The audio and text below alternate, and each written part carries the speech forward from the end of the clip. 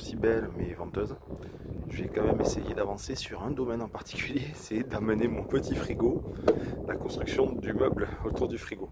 Donc plutôt que de faire ça avec des mesures reportées, je préfère le faire avec un excès grandeur nature. Donc je vais le caler à son emplacement définitif, avec sa mousse que je vais probablement découper pour l'adapter. Et puis je vais construire autour la structure qui le maintiendra et qui fera le meuble dessus. Allez, c'est parti. Voilà, j'ai positionné le frigo à son emplacement définitif. Je lui ai mis le tapis en dessous. Et puis là, je vais commencer à repérer les différents tasseaux que je pose là pour faire la structure, une arche autour de tout ça, puisqu'il va y avoir une sorte de plan sur le dessus. Et puis ça va venir fermer sur le côté là-bas, de manière à pouvoir, par ici, de manière à pouvoir l'empêcher de bouger et bien le caler.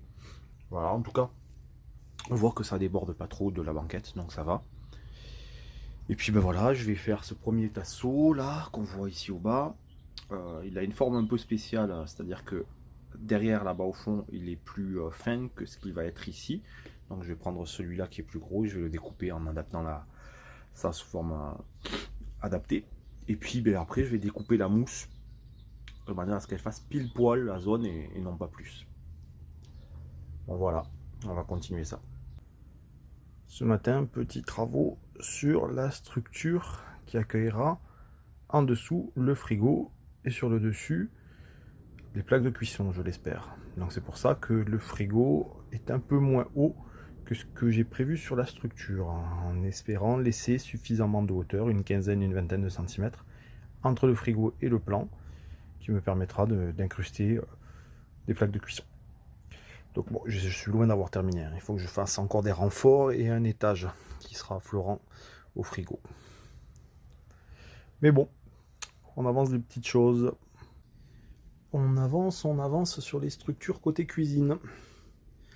Donc là, j'ai fait ma structure frigo. J'ai encastré mon frigo. Alors, c'est vraiment encastré un peu trop pile poil limite. J'ai laissé juste les espaces pour naviguer. Et du coup, le frigo rentre pile poil. On voit légèrement le tapis anti-vibration en dessous que j'ai découpé aux bonnes dimensions. Et donc du coup tout ça c'est nickel, ça fit parfaitement. Je me suis fait un niveau ici à pile poil au-dessus du frigo et le plan de travail imaginaire, puisque là ça sera le plan de travail sur le haut, qui accueillera les feux de cuisson.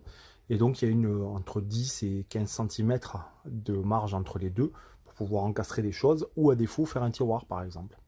Et puis de l'autre côté, on voit ce que j'ai commencé à faire au sol, les repérages pour les deux autres zones.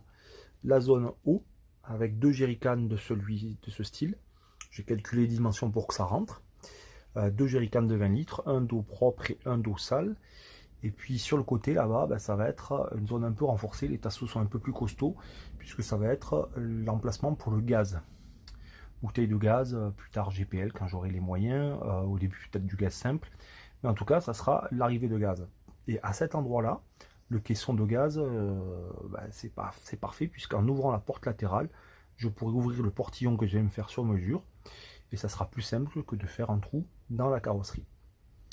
Donc voilà un petit peu, c'est le bordel dans le fourgon avec tous mes tasseaux et mon bois, mais ça prend forme, hein, cette partie-là, partie cuisine. Deuxième vue du rendu au sol depuis le côté de la porte latérale. Donc la partie caisson gaz avec des tasseaux plus hauts, plus costauds. L'eau avec la place pour deux jerrycans et le coin frigo.